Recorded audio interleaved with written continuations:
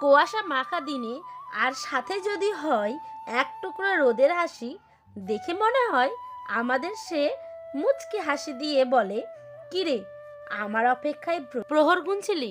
তো আজকের আয়োজন আশা করি আপনাদের ভালো লাগবে। পুরো ব্লগটি দেখার অনুরোধ রইল, অনেক কিছু দেখতে পাবেন। হ্যালো বন্ধুরা, কেমন আছো সকলে? আশা করি ভালো আছো, সুস্থ আছো। আসসালামু আলাইকুম। উত্তর দিনাজপুর জেলার ছোট্ট একটি গ্রাম থেকে আমি পায়েল। আমার একটি ব্লগে তোমাদের অনেক অনেক ভালোবাসা। তো দেখো, সকালবেলা যে ঘুম থেকে উঠেই চলে এসেছি, বাড়ির পিছন দিকটা একটু হাঁটাহাঁটি করছিলাম।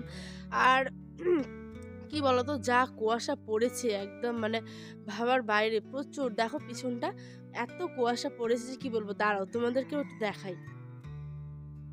তো ওদিক থেকে ঘুরে আসার পরে দেখো প্রচণ্ড যেহেতু কুয়াশা, 2-3 দিন ধরে কোনো কাপড় চোপড়ের মানে ঠিক ঠিকানা নেই, ঢিপ হয়ে আছে এক গাদা। তো ভাবলাম যে চলো এরকমভাবে মেলে দিই। আর এদিকে ব্রাশ করে নিচ্ছি, কেন বলো তো,